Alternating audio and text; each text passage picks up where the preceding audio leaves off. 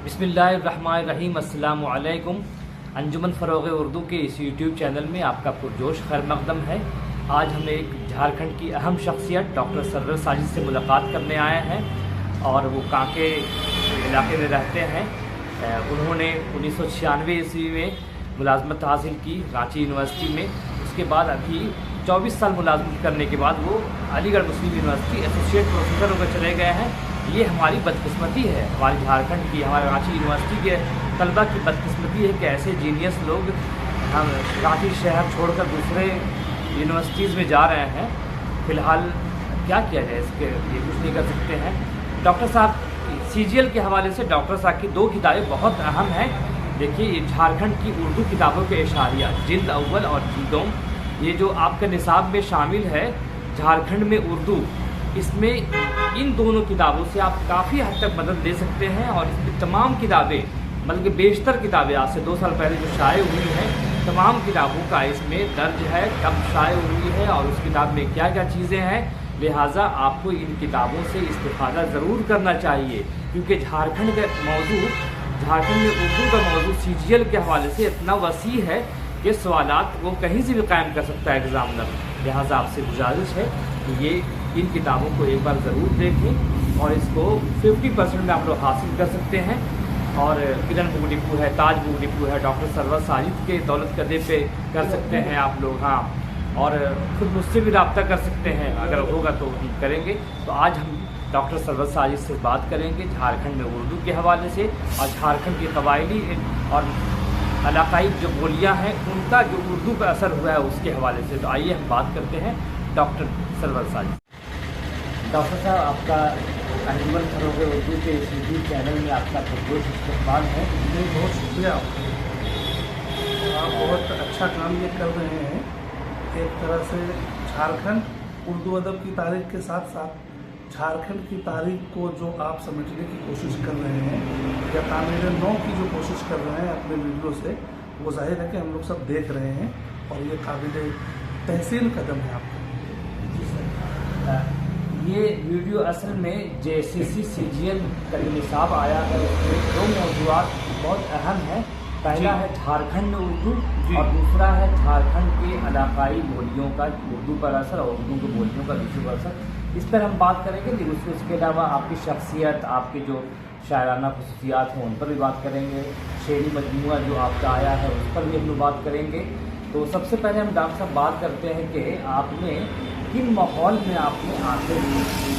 तो उसमें ऐसा है गालिब साहब कि मुझे पता नहीं थी, मैं जब 5-6 साल का था तब से कहीं ना कहीं से बराह रास्त न कहिए बिलवास्ते ही से ही अदब का ये असर मुझ पर पड़ा कि आसपास में शादी ब्याह में जो औरतें गीत गाती थी, बच्चे थे हम तो सुनते थे गौर से और समझने की कोशिश करते थे। और एक बात जो अभी आपने कही, बड़ी अहम बात जो नसाब में शामिल है जी, कि इलाकाई बोली यहाँ की, मतलब मकामी जो बोलियाँ हैं, ट्राइबल लैंग्वेजेस जो है ना, उनके असरात उर्दू पर और उर्दू के असरात उन पर। तो इसकी एक बय्यन मिसाल आप और उसी ये मुसलमान औरतें जो ढोल पे शादी ब्याह में गीत गाती थी, उसमें एक गीत इस तरह का था, आंबा पतई लंबा लंबा बर पतई चाकर कैसन घर दे दे आइयो मोचदारी पाकर। तो ये देखिए आपके बिल्कुल जो है कबायली ज़बान का पूरा असर वो मुस्लिम औरतें ढोल पे गा रही हैं। ठीक है। अच्छा, मकामी असरात के 2 दायरे हैं। मकामी बोलियों के असरात के भी 2 दायरे हैं। एक तो इंडिविजुअली जो कई ज़बानें हैं, जैसे कुड़ुक और आपके जाकर के हो मुंडारी, तो बराह रास्त ये मुसलमान जानते हैं, लेकिन उन देहातों में, उन इलाकों में जानते हैं जहाँ इन बोलियों के असरात हैं। वहाँ आदिवासी, गैर आदिवासी सब वही ज़बान बोलते हैं। लेकिन पूरे झारखंड की जो लिंक लैंग्वेज है, जिसको हम सदानी बोलते हैं, तो रोज़मर्रा आप देखेंगे बाजार हाट में आप जाएंगे तो लोग बात करते हैं, उसकी भी दर्जनों शक्लें हैं। बिल्कुल, है ना। जैसे हम दोस्त आपस में मिलते हैं तो बात करते हैं, कहाँ से एली रे, कहाँ जा रही है? अब जरा सा हटिएगा तो वो हो जाएगा, हाँ कहाँ जा रही, डायलेक्ट बदल गया। ठीक है, इस तरह के दर्जनों डायलेक्ट मिल जाएंगे आपको। हजारीबाग आप जाएंगे तो थोड़ा सा वो और चेंज मिलेगा, है ना। मरावा ने मुर्दमदाई लो, है ना, ये मर आवा मतलब मेहरबानी करके आइए ना, हमारे दामाद साहब आइए, बिल्कुल, है ना। तो ये असरात जो है अवाम में ये काम करते रहते हैं। अभी एक गीत की भी हमने आपको मिसाल दी। और कुछ अल्फाज देखिए, वो जो डिक्शनरी तैयार की थी फादर कामिल गुलके ने, उसमें जैसा कि सिद्दीक मुजीबी ने अपनी थीसिस में लिखा है कि तकरीबन 1100 अल्फाज यहाँ की ज़बानों में, है ना, उर्दू फारसी के हैं। जैसे मिसाल के तौर पर ये लफ्ज़ एकदम आप देख सकते हैं, परख सकते हैं। अभी निकल के जाइए किसी मामूली से होटल में, है ना, जहाँ टाट लगा हुआ हो, है ना, उस तरह के होटल में आप जाइए, वहाँ कोई बच्चा अगर बर्तन धो रहा होगा या आपको ला के दे रहा है तो उसको कहा जाता है बुतरू, है ना। अब ये बुतरू इतना मशहूर हो गया बच्चे के लिए, और क्या खूबसूरत प्योर फारसी है, है ना। बुत जोड़ रू माने बुत जैसे चेहरे, तो बच्चा बुत जैसे चेहरे वाला होता ही है, बच्चा खूबसूरत होता है। तो ये असरात इस तरह के हैं, लेकिन इसको मुनज़्ज़म तौर पर अदब के हवाले से ढूंढ के और इसको निशानजद करने की जरूरत है मकसूद तरीके से। इसकी तरफ कुछ इशारे, है ना, दोनों असरात पर, है ना, कुछ इशारे वाज़ेह तौर पर प्रोफेसर ताहा शमीम ने अपनी किताब झारखंड में उर्दू अफसाना जो है जी, उसमें एक चैप्टर कायम किया है। अच्छा। और उसको करने की कोशिश की है। उसको बुनियाद बना के अगर हम ज़रा और इलाज करने की कोशिश करें तो ये मसला भी हमारा हल हो जाएगा। झारखंड में जो मतलब झारखंड के हवाले से जो पहली किताब मेरे ख्याल से मुजीबी साहब की है, नहीं के हवाले से नहीं, झारखंड, अच्छा झारखंड के मौजू पर जी, झारखंड के मौजू, तो झारखंड कहाँ, उस जमाने में तो झारखंड बना नहीं था, बिल्कुल, हाँ। तो उसका मौजू है छोटा नागपुर में उर्दू ज़बान अदब का इफ्तिखार। अच्छा। चूंकि ये इलाका छोटा नागपुर भी कहलाता था, हाँ। चुटिया नागपुर भी कहलाता था, बिल्कुल, है ना, हाँ। नाम तो बदलते रहे।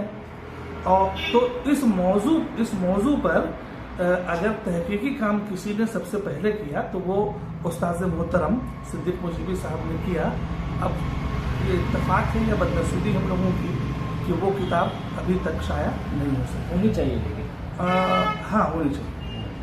उसमें कुछ बातें थी जिससे बहुत संजीदगी के साथ मुजीबी साहब से मेरी गुफ्तगू होती रहती थी, और उसको जो है थोड़ी सी रीराइट करके छापने की जरूरत है। अच्छा। अब सूरत हाल बहुत मुख्तलिफ है, और जब उन्होंने किया था उस ज़माने में तो यही सवाल उठाया गया जब ये मौजू पेश हुआ बोर्ड के सामने, है ना, कि इसमें PhD होगा, तो ये सवाल उठाया गया कि इसमें है क्या जो वो होगा, या है कौन, है ना। सही बात। लेकिन जैसा कि शील अख्तर ने अपनी किताब में लिखा है कि सही मानों में झारखंड में उर्दू का जो इफ्तिखा है ना, वो तकरीबन 400 साल पुराना है। अच्छा, हाँ।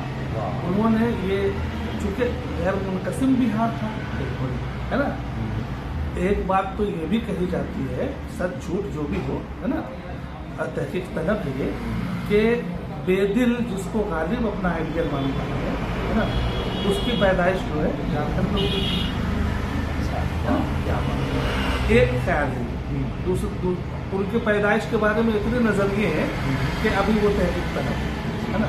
लेकिन अगर ऐसा, अब जहाँ तक मबसूत तारीख की बात कही जाए, उर्दू अदब की तारीख झारखंड है ना, तो वो आप समझ लीजिए कि पूरे झारखंड के जो पहले साहिब दीवान शायर जी, इससे लोग, जब मैंने ये जुमला लिखा अपनी किताब में भी जी, तो कुछ लोगों को मुगालता हुआ।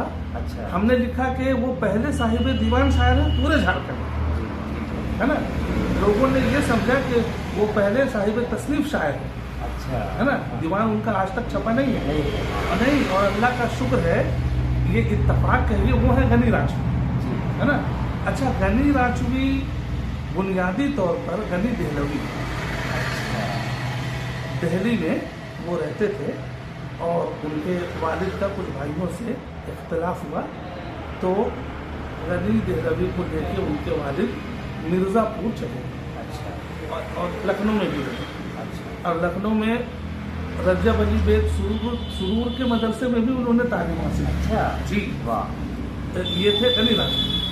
अब हुआ ये कि गनी राजवी जब पढ़ लिख के तैयार हो चुके, फारिग तहसील हो चुके, है ना, तो पहली पोस्टिंग उनकी अमीन की हैसियत से, है ना, अच्छा। अंग्रेज सरकार ने पहली पोस्टिंग चतरा में की। ठीक, वहाँ एक मुसलमानों का पूरा ग्रुप पढ़े लिखे लोगों का ये काम कर रहा था, जिनकी बहाली हुई थी। वाह। इसके रेफरेंसेस मेरे पास तहरीरी तौर पर मौजूद है। अच्छा। इत्तफाक ये। वाह। और गनी साहब का दीवान भी मेरे पास 2 नुस्खे थे उसके। एक परवेज़ रहमानी ले गए थे, इसलिए कि परवेज़ रहमानी के रिश्तेदारों में थे। अच्छा। और इत्तफाक से आज गनी राजवी हमारे भी रिश्तेदारों में, दूर के, अच्छा। है ना। वाह। हमारे चचेरे भाई हैं, उनकी बीवी गनी राजवी की पोती है। अच्छा। और वो चचेरे भाई फिरोज अहमद वकील हमारे यहाँ पास बाजू में रहते हैं जी। है ना, वो वकील है। तो वकील होने की वजह से चूंकि वकील की नज़र दस्तावेजात पर होती है, बिल्कुल। तो वो जो पुरानी अलमारियों में चीज़ें थी उसको वो समझते तो आज भी नहीं है ना, कल समझते थे, चूंकि वो उर्दू अदब के आदमी तो है नहीं, बिल्कुल। हाँ। वो अपने पेशे के मशहूर आदमी है, जी। लेकिन उन्होंने प्रिजर्व कर अच्छा। बचा दिया सब, क्या बात। है ना। तो वो 2 चीजें उसमें से मेरे हाथ लग गई। अच्छा। और उन्होंने हमको दे दिया, अच्छा। है ना, कि हम तो कुछ कर ही नहीं पाएंगे, जाहिर सी बात जो है। करोगे तुम करोगे। एक दीवाने गनी, वो मेरे पास कलमी नुस्खा महफूज है, जिसमें से 400 गज़लें अभी हमने साफ की हैं और अभी हनोज बाकी है। क्या बात है ना। परवेज़ रहमानी साहब का जो नुस्खा है वो मैंने देखा है। देखा है आप? जी। हाँ। देखिए ये 2 नुस्खे जो हैं, जैसा कि गनी राजवी साहब के बेटे ने बताया, है ना,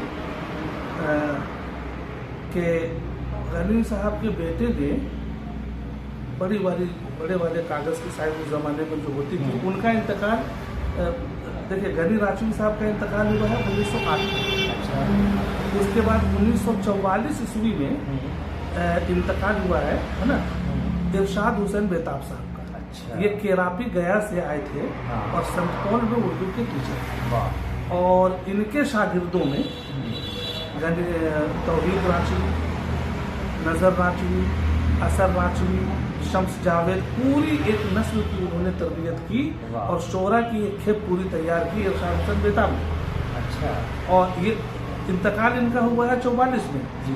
1908 में इंतकाल हुआ है गनी साहब का। और उससे जस्ट पहले गनी साहब के बेटे, है ना, ज़हीर खान अच्छा। और इरशाद हुसैन बेताब ने मिल के गनी राजवी के कलाम को यकजा किया और 2 नुस्खे तैयार किए। अच्छा। जिसमें से एक परवेज़ रहमानी के पास है और एक मेरे पास है। मेरे पास जो नुस्खा है उसमें शमशाद लखनवी साहब उस्ताद थे उनके, फिर बाद में कई उस्ताद हुए उनके इंतकाल के बाद, तो उनका तस्हीह शुदा नुस्खा है। अरे वाह। यानी उसमें आप इस्लाह दिया है जो हाँ। दीवानी में काट के कलम से, वाह। इसीलिए उसमें ज़्यादा दिक्कत हुई सही बात। कि हम मिसरा को कैसे दिए। एक तो खत भी शिकस्ता है, तो तहरीरी तौर पर आप देखेंगे तो गनी राजवी झारखंड के पहले साहिब दीवान शायर हैं जिनका दीवान अभी तक छपा नहीं है। उनका इंतकाल हुआ 1908 में। जी। हुआ ये कि चतरा में जब उनकी बहाली हुई अमीन की हैसियत से, उसके बाद कुछ दिनों के बाद अंग्रेज हुकूमत ने इस पूरे ग्रुप को सलहट या सिलहट जो भी कह लीजिए, आसाम में एक जगह है, वहाँ भेजने का तय किया। ये पूरा हमला वहाँ गया। तब उन्होंने, क्योंकि वहाँ की बहुत मकतूब फिजा है सलहट की, और उस ज़माने में तो और भी खराब थी, तो ये इज्तिमाई तौर पर इन्होंने इस्तीफा दिया और फिर ये चले आए हजारी। अच्छा। कुछ दिनों हजारीबाग में। अच्छा। उसके बाद वो चले आए गनी राजवी रांची, और रांची में आके किराए के मकान में आज़ाद बस्ती ने क़याम किया। ये सब जो मैं रेफरेंस आपको दे रहा हूँ, ये गनी राजवी के बेटे, है ना, की तहरीर में मौजूद है। अच्छा। जो 2 हिस्सों में है। एक का नाम है याददाश्त, अच्छा। जो वालिद से मुतल्लिक़, तो उनके बेटे ने जो बराह रास्त उनके बारे में लिखा है, उससे ज़्यादा ऑथेंटिक कोई मालूमात गैर राशियों के बारे में हमारे पास नहीं है। सही बात है। हाँ, ये है कि अगर थोड़ी सी मेहनत की जाए और कोई अच्छा नौजवान इस मौजू पर तहकीक करना चाहे तो वो 1908 से पहले सारी रेफरेंसेज हमने वो भी लिख के रखा हुआ है ना, कि गैर राजवी के कलाम कहाँ शाया होते हैं। अच्छा, एक जगह मिला भी मुझे। अच्छा, हाँ, आलमगीर वगैरह में, अच्छा, है ना। और ये सारी चीज़ें वही फिरोज खान वकील साहब के यहाँ से मिली थी, वाह, है ना। तो इसको मान लीजिए आप एक डिमार्केशन लाइन के 19 पहला साहिब दीवान शायर पूरे झारखंड का, चूँकि जमशेदपुर की अदबी फिजा बड़ी तेज़ी से उभरी, लेकिन जाहिर है कि 1908 के आसपास तो उसका क़याम हुआ और यहाँ वो शायर है ना 1857 के बाद वो रांची आए और 1908 में उनका यहाँ इंतकाल हुआ। ठीक है, गालिबन पैदाइश उनकी 1846 में। अच्छा, 1908 में उनका इंतकाल हुआ, यहाँ से सिलसिला शुरू हुआ। अच्छा, उसके बाद फिर पैदल 8 के बाद टाटा जमशेद जी जो है प्लान वे पे जमशेदपुर को बसाते हैं और वहाँ दक्कन से और इधर से और उधर से पूरे हिंदुस्तान के लोग इम्प्लाई की हैसियत से जमा होते हैं। उनमें अदब व शेर का शौक है। ये पूरी तफसील बड़ी खूबसूरती के साथ असलम बदर ने अपनी किताब सागर जम जामे सिफाल में लिखी है ना। तो इसी तरह की किताबें मैंने 1990 ईस्वी में एक डायरेक्टरी बनाना शुरू किया था कॉपी की। अच्छा, आप देखेंगे कि उसमें मौलाना शुएब कासिम रहते हैं, है ना, और भी कई मरहूमीन ऐसे हैं हमारे शोरा व उलमा जिन्होंने अपने हाथ से उसमें एंट्री की। वाह, नाम, कलमी नाम, बाप का नाम, पैदाइश और ये और वो, क्या बात। उसमें बदनसीबी मैंने ये सख्त बड़ी सख्त दिली के साथ मेरे हाथ की सिर्फ उनकी तारीख वफात है जो वो खुद नहीं लिख सकते, कोई भी मरने वाले। तो इस तरह देखेंगे आप, तो वहाँ से ये सिलसिला शुरू होता है और फिर मुख्तलिफ शहर जो यहाँ के हैं, चाहे डॉल्टनगंज हो, हज़ारीबाग हो, हज़ारीबाग की भी बड़ी कदीम तारीख है और हज़ारीबाग की जो गवर्नमेंट लाइब्रेरी है उसमें जो दस्तावेज़ात मौजूद हैं उसको संभालने की ज़रूरत है। तो शायद हम नए सिरे से और झारखंड की तारीख, अदबी तारीख के बारे में कुछ नई बातें हम निकाल के उसका इंकशाफ कर सकते हैं। तो गनी राजवी साहब के बाद जो शोराए कराम आए, जो नस्ल आई, हाँ, गनी राजवी के बाद रांची में, हाँ, रांची में इरशाद हुसैन बेताब साहब उर्दू के उस्ताद होके आए संत पॉल स्कूल में, हाँ, है ना। तो संत पॉल स्कूल में उन्होंने पूरी एक नस्ल की तरबियत की और पहली मर्तबा जो लोकल लोग हैं कराची के, उन्होंने शेर व अदब से अपना रिश्ता जोड़ा और शेर कहना शुरू किया। अच्छा, वरना इससे पहले सारा सिलसिला बाहर कर दिया।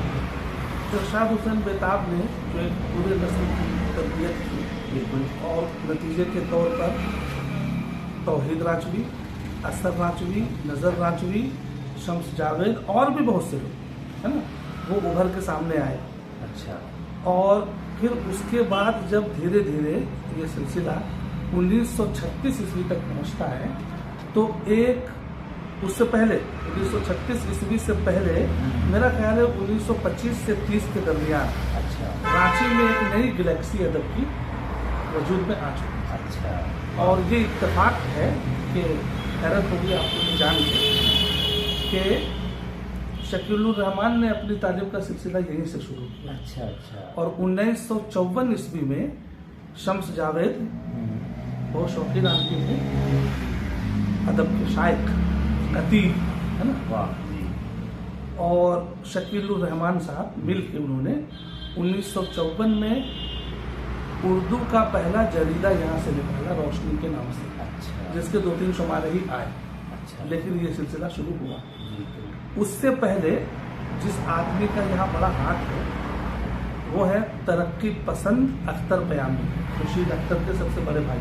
जी, वो यही थे, पाकिस्तान हाँ, के बारे में, तो यही थे वो। अच्छा, और एकदम खालिस तरक्की पसंद।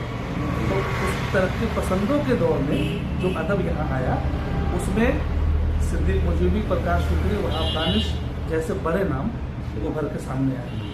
और इनमें से बहुत से लोगों की और भी लोग हैं, है ना, मंजर काजमी साहब यहाँ, अच्छा, कलाम हैदरी यही रहते थे, वालिद उनकी पोस्टिंग थी, है ना।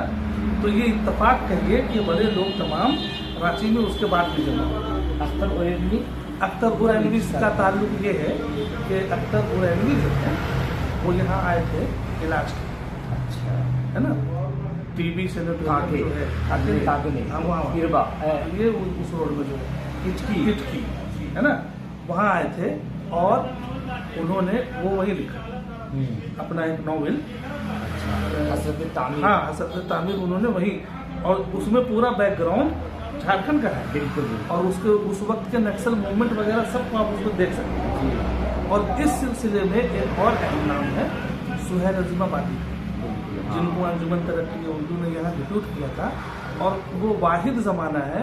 और सुहैल अज़ीमाबादी वो वाहिद आदमी है जिन्होंने आदिवासियों को उर्दू पढ़ने की तरफ माइल किया, और बहुत से आदिवासी उस ज़माने में उर्दू पढ़े। अच्छा जी, काश कि ये सिलसिला जारी रहता, इसलिए कि उर्दू तो है ही सबकी ज़बान, बिल्कुल। हाँ, तो इसमें सबकी शमूलियत होनी चाहिए। तो ये हमारा सुनहरा दौर उभर के सामने आया, है ना, जिसमें सिद्दीक मुजीबी, प्रकाश वकील और वहाब दानिश जैसे शायर आए, और बहुत से और अहम लोग थे। वफा परदेसी के नाम से यासिन रमजान लिखा करते थे। अच्छा, ये पर ठीक है। तो ये पूरा सिलसिला चलता रहा, और फिर 36 के बाद जब जदीदियत आई तो मैक्सिमम लोग जदीदियत से मुतासिर होकर उधर भी गए, लेकिन तहरीकात के हवाले से किसी दौर का जायजा लेना, उसमें होता ये है कि दो तरह के जायजे। एक मुखालिफिन जब जायजा लेते हैं तो वो कतर के बयान करते हैं, और मुवाफिकीन जब जायजा लेते हैं तो वो ऐसा ज़्यादा बढ़ा देते हैं। सही बात। इसलिए और किसी इज्म, किसी तहरीक का कोई भी अदीब व शायर 100% गुलाम नहीं है, बिल्कुल नहीं है ना। उसके सिद्दीक मुजीबी की शायरी आप देखिए पढ़ के, सिद्दीक मुजीबी की शायरी में तीनों असरात अपने बेहतरीन पॉजिटिव अनासिर के साथ मिले, बिल्कुल, है ना। अब देखिए,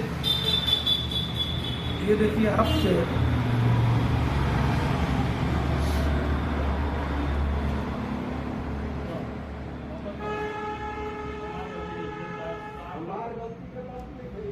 अपना सर काट के नेज़े पे उठाए रखा, सिर्फ ये जिद कि मेरा सर है तो ऊंचा चाहिए, ऊंचा होगा, है ना। ये जिद और ये जो है ये अनानियत प्रकाश फिक्री की यहाँ नहीं है। प्रकाश फिक्री की यहाँ निहायत नरमी है, और वो नेचर से इतने जुड़े। हमारे 3 शायर जो हैं अकाबरीन, प्रकाश फिक्री, सिद्दीक मुजीबी और वहाब दानिश, वो तीनों बिल्कुल अलग अलग उसलूब के शायर, और इन तीनों के आने के बाद हम लोग पैदा, सही बात है ना। जिसमें से एक नाम परवेज़ रहमानी का है, जिनकी बखान बड़ी अच्छी रही। असफर जमील का है, जिनका मजमुआ छपा तो लेकिन लोगों के पास पहुंच नहीं सका। और असफर जमील के बाद मैं आया, उसके बाद अनवर नीरज आए, उसके बाद फिर बहुत दिनों के बाद सुहैब शहीद आए, आलमगीर साहिल आए, आप लोग शामिल हुए अलग अलग तरीके से, है ना। तो एक पूरी कंटिन्यूटी 1908 से पहले और 1908 के बाद नुमाया तौर पर झारखंड के अदब में हर शहर में कंटिन्यूटी आप देखें। बगल में आप डॉल्टनगंज पे नजर डालिए तो नादिम बल्खी साहब है वहाँ, है ना। उससे पहले महजूर शमशी साहब जैसा उस्ताद शायर, है ना, शुएब राही है, और आज मकबूल मंजर और ये और वो पूरा जो है वहाँ पे एक कंटिन्यूटी बरकरार है। बिल्कुल उसी तरह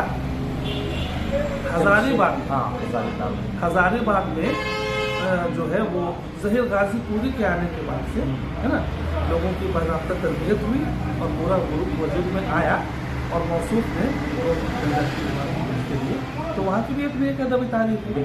जमशेदपुर की 1908 के बाद की तारीख। अच्छा। और जमशेदपुर की खुसूसियत ये है कि उसमें पूरे हिंदुस्तान के लोग नौकरी के लिए अप्लाई करते थे और आते थे, उनमें से जिनका अदबी ज़ौक़ था वो भी काफ़ी तादाद में, है ना। सुहेल वास्ती वाला पूरा खानदान आप उठा के देख लीजिए, है ना। असलम बद्र उर्दू के आदमी नहीं है ना, उर्दू के प्रोफेसर है ना, इंजीनियर आदमी है, लेकिन आप देखिए कि कितना वकी काम किया, है ना, क्या अच्छी मस्तवी नुमाइंदा लिखी है ना। तो अच्छा, उस तरह झरिया धनबाद आप देख लें, है ना, बिल्कुल। तो वहाँ शायरी भी है, लेकिन बड़े बहुत नुमाइंदा हमारे दो अकाबिर जो है, नसर निगार और अफसाना निगार और नौविल निगार, दोनों का ताल्लुक झरिया से है, इलियास अहमद गद्दी और इलियास अहमद गद्दी। उसी तरह आप जमशेदपुर में देखेंगे कि जहाँ शायरी की बड़ी अच्छी फिजा है, वहीं फिक्शन के राइटर्स भी बहुत पैदा हुए हैं। ज़की अनवर और मंजर काज़मी ही नहीं, आज अख्तर आज़ाद कंटिन्यू कर रहे हैं उसी रिवायत को। तो ये सिलसिला अल्लाह का शुक्र है कि हनोज जारी है, और आप लोगों के आ जाने के बाद ये उम्मीद और बढ़ी है कि इंशाअल्लाह इसमें मज़ीद तेज़ी है। ये सब तो बातें होते रहेंगी जी। आप अपनी शादी के बारे में बताएं कि आपने हाँ भाई, ऐसा है कि शादी का हमने पहले वहीं से बात शुरू हुई थी, तो ढोल पे गाए जाने वाले गीतों का मुझ पर बड़ा असर होता है, और मैं उसके लफ्ज़ों को समझने की कोशिश करता हूँ। उसके बाद हुआ ये कि मैं बहुत छोटा था, तो कई फिल्मों में हमने कव्वाली देखी, फिल्म में कव्वाली, है ना, उससे बेपनाह हम मुतासिर हुए, और अब लफ्ज़ों की तलाश हमने शुरू की, है ना। अच्छा, लफ्ज़ों की तलाश शुरू की, ये नहीं मालूम था कि हम शेर कह भी पाएंगे कि नहीं कह पाएंगे। इसी तरह बढ़ते बढ़ते जब हम मैट्रिक तक पहुँचे, 1989 या उससे 1 साल पहले, 80 से 2 साल पहले, कव्वाली का चूँकि मैं कठिन हो चुका था, उस ज़माने में बहुत छोटा था मैं, हाफ पैंट पहन के भी अपने घर से भाग के रात में कव्वाली की महफिल में पहुँचा। सुबह लौट के आया, तब घर में फिर से पिटाई पड़ती, लेकिन मैं नहीं रुकता था।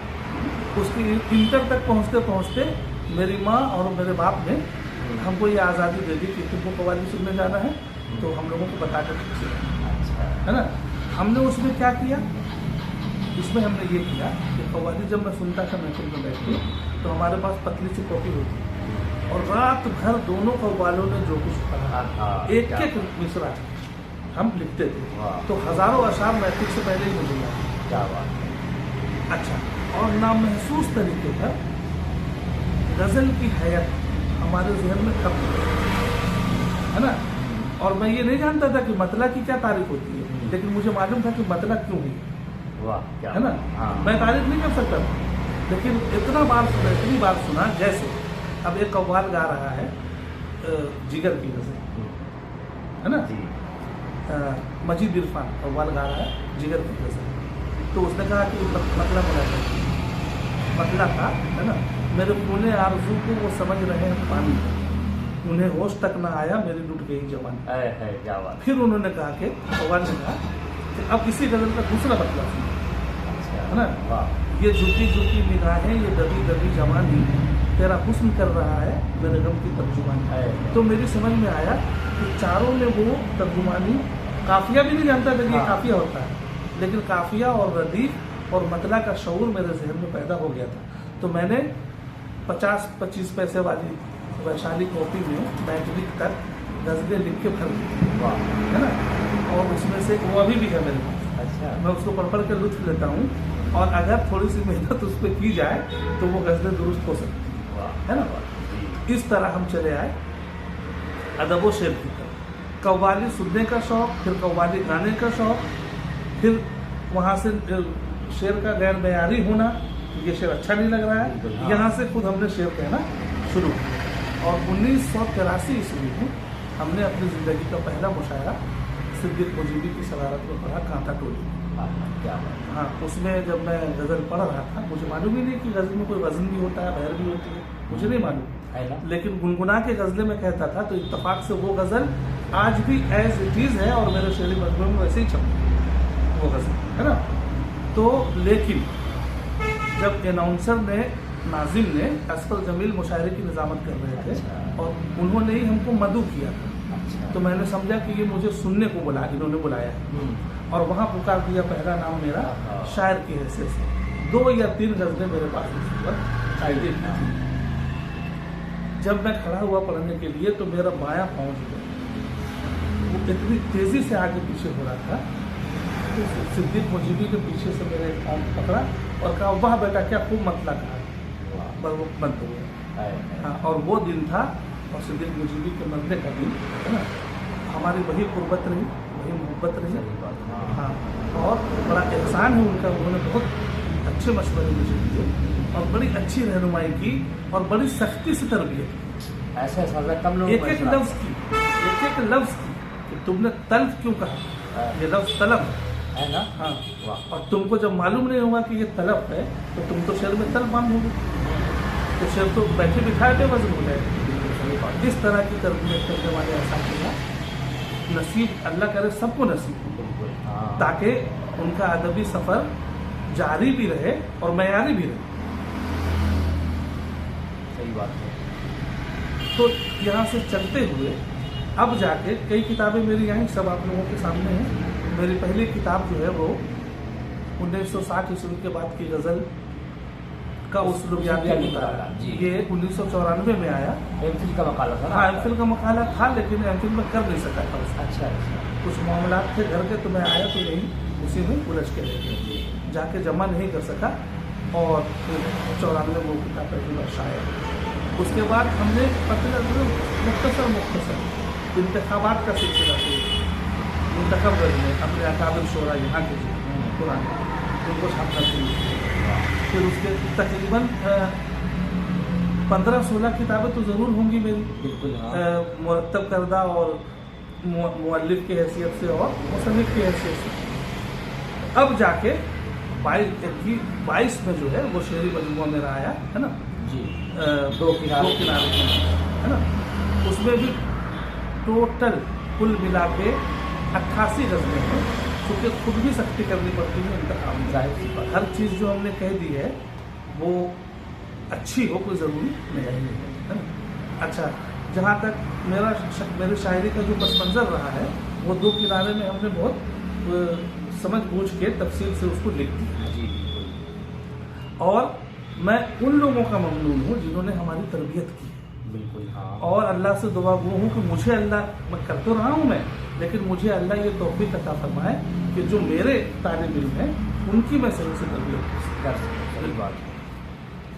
आप मुदीर की हैसियत से भी रांची शहर में, बल्कि पूरे हिंदुस्तान में, बल्कि बैन अल-अक़वामी तौर पर जाने जाते हैं। आपने अहदनामा के नाम से रांची शहर से एक रिसाला निकाला और जी। उसके कई अहम शुमारे निकले, उसका पस मंज़र आप जरा। इसका सिलसिला ये था कि रांची में बैठ के मैंने पहले अर्ज़ किया था कि 1990 वगैरह में मैंने लोगों से लिखवा के डायरेक्ट डॉक्यूमेंटेशन वर्क और दस्तावेजी हैसियत की चीज़ें जमा करने का मुझे शुरू से शौक रहा, बिल्कुल, है ना। तो मैं ये देखता था कि भाई रांची से कोई कायदे का रिसाला नहीं निकला, कई रिसाले निकले, है ना, लेकिन कोई कंटिन्यू नहीं कर पाया। सही बात। 96 में जब मैं नौकरी में आया, जिस दिन मैंने ज्वाइन किया उसी दिन से मैंने तय किया वाह। कि हमारे सैलरी में उर्दू का भी हिस्सा क्या बात है ना। और इसी के तहत हमने रिसाला शुरू किया और कभी हमने किसी से कोई किसी से तवक्को रख के शुमारा नहीं निकाला। जी लोगों ने बेपनाह मदद की, है ना। जी। पूरा शुमारा 2 शुमारे वहाब साहब ने छपवा दिए, पूरे शुमारे, है ना। जी। वहाब अशरफी साहब ने, मंजर काज़मी मरहूम साहब हमेशा 2000 का इश्तिहार हमने, उस ज़माने में 2000 का इश्तिहार बहुत हुआ करता था। बिल्कुल सही बात है। तो इस पहला शुमारा हमने 1998 के आसपास निकाला। अच्छा। और 12 शुमारे इसके एकदम बर वक्त आए और पूरी दुनिया में गए। बिल्कुल।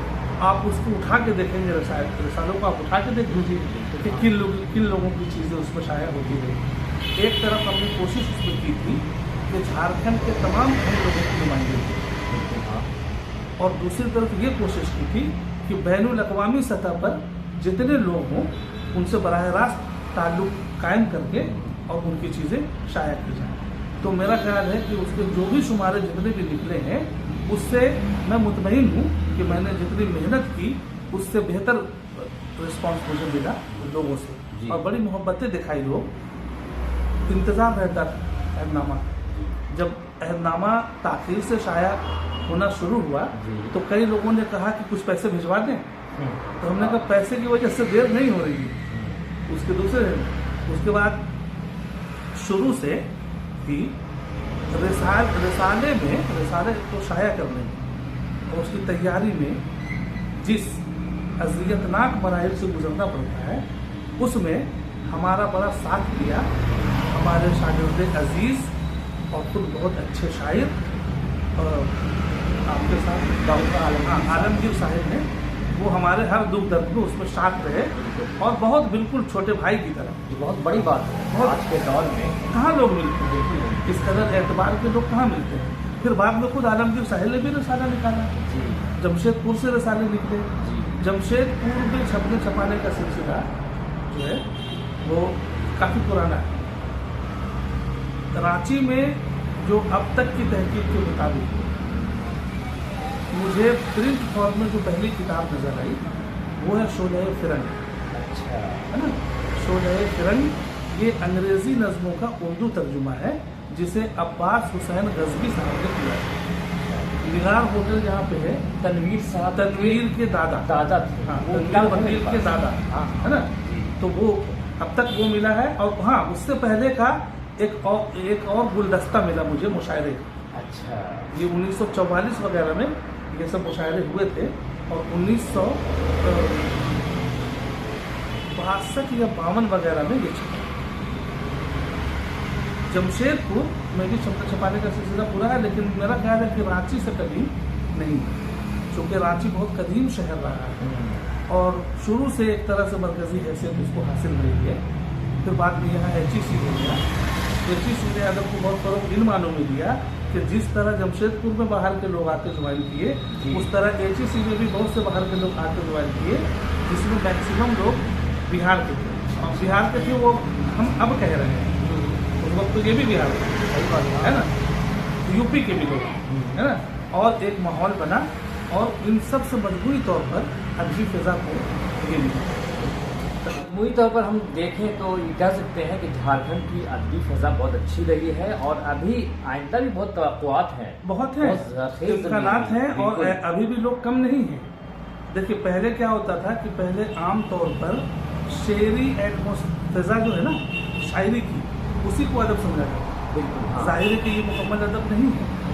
अदब की हर सिंफ में आपको नुमाइंदगी करनी है। आज की डेट में अदब की कोई भी सिंफ आप उठा के लाएँ, झारखंड से उसकी नुमाइंदगी जरूर है। जैसे मसनवी है ना, तो मसनवी कुन फयाकुन हमारी नुमाइंदा मसनवी हम पेश कर सकते हैं, है ना। अफसाना निगार हमारे पास उसकी कोई कमी नहीं, शायरों की कोई कमी नहीं है। हर सिंफ में पूरा झारखंड बल्कि सगीर में बल्कि बैनुल-अक़वामी सतह पर अच्छे अदब की नुमाइंदगी करता रहा है, कर रहा है और करता रहेगा। अफसाना, तनकीद और शायरी, ये तो बहुत लाजवाब शायरी यहाँ की है। उसके अलावा भी खाकों का मजमूआ आया है डॉक्टर हसन रज़ा का, और भी लोगों ने लिखे हैं। कराची में लिखे काम हुआ कोई है। सिंफ ऐसी नहीं है। अब देखिए एक हमारे बदनसीब जो है मुसन्निफ कहेंगे उसको, मुसन्निफ हक साहब, ऐसे कीमती मौज़ूआत पे किताबें लिखती हैं और क्या ओरिजिनल किताबें हैं। उनका बिल्कुल मुताला होना चाहिए ताकि उनके मकाम का तयन हो सके, है ना। अबू ज़र उस्मानी पे कोई कायदे का काम नहीं, है ना। वहाब अशरफी साहब पे काम हुआ, बस। इत्मीनान की सतह पर अगर किसी एक पर काम हुआ है तो वो उस्ताद मोहतरम प्रोफेसर वहाब अशरफी पर हुआ। गनी राजवी का दीवान मेरे ही पास मौजूद है, लेकिन मैंने कहाँ शाया कर पढ़ा, है ना। होना चाहिए। तो ये इंशाअल्लाह करूँगा मैं उसको शाया, इसलिए कि वो अब हमारी हम लोगों की मिल्कियत नहीं है, आने वाली नस्लों की मिल्कियत और हमारी अदबी तारीख का सुनहरा बाब ही नहीं, बाब अव्वल है। बिल्कुल सही बात। इसलिए उसकी कदर कीमत को समझना भी चाहिए और उसी हिसाब से उसको जल्द अज जल्द इंशाअल्लाह में लाने की कोशिश। डॉक्टर साहब आपने वक्त दिया अंजुमन फरोग़ के लिए, बहुत शुक्रिया आपका तलबा के लिए जिन्होंने मतलब जो तैयारी कर रहे हैं अच्छी पोस्ट के लिए, तो आप दुआ करें कि उनका जल्दी से जल्दी इम्तहान हो जाए और वो अच्छे नंबरात से पास हो जाए ताकि मुसलमानों का मुस्तकबिल सुधर जाए। वो बच्चे बिल्कुल और लोगों को ये भी पता चले कि उर्दू सिर्फ ज़बान नहीं है, इससे हम रोज़ी रोटी भी हासिल कर सकते हैं। बिल्कुल ठीक है, शुक्रिया और आपका भी बहुत शुक्रिया।